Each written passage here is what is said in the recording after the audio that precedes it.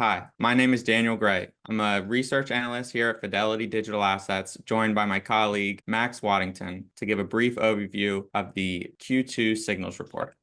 First up, we have Bitcoin and Ethereum price action, where Bitcoin's price outperformed Ethereum in the first half of this quarter.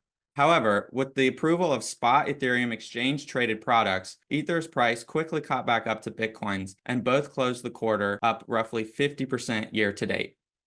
Next up, let's check in on the miners. We did experience a Bitcoin halving where the subsidy was reduced by 50%. So here in the bottom half of this chart, we can see what is called the Puel multiple, tracking in white with the annual average as a dashed line. I believe this Puel multiple is showing that miners are earning roughly 38% less than they have earned previously this year. And because of this, we expect hash rate and miners to start to shut off as their profit margins are closing in on zero. With this subsidy and the price remaining between a $60,000 and $70,000 range, mean hash rate has fallen roughly 4% since April 19th.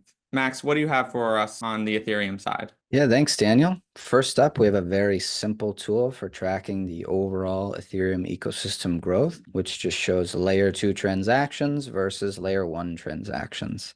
Keep in mind, not all transactions are equivalent, and this chart does not include every single layer 2 solution that's out there.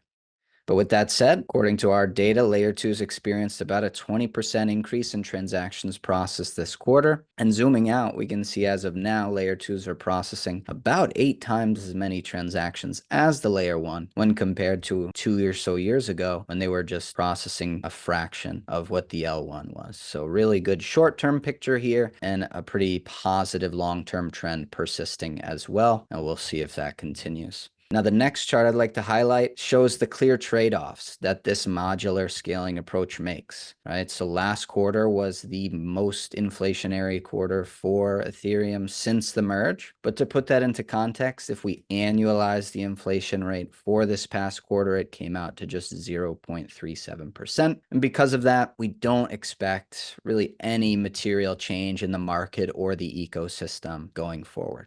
However, looking ahead, we do anticipate these inflationary quarters to be more common, given the support from developers to increase the number of blobs per block, as well as the continued increase in demand for staked Ether.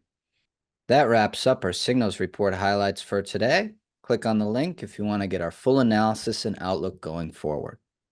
Thanks so much for watching.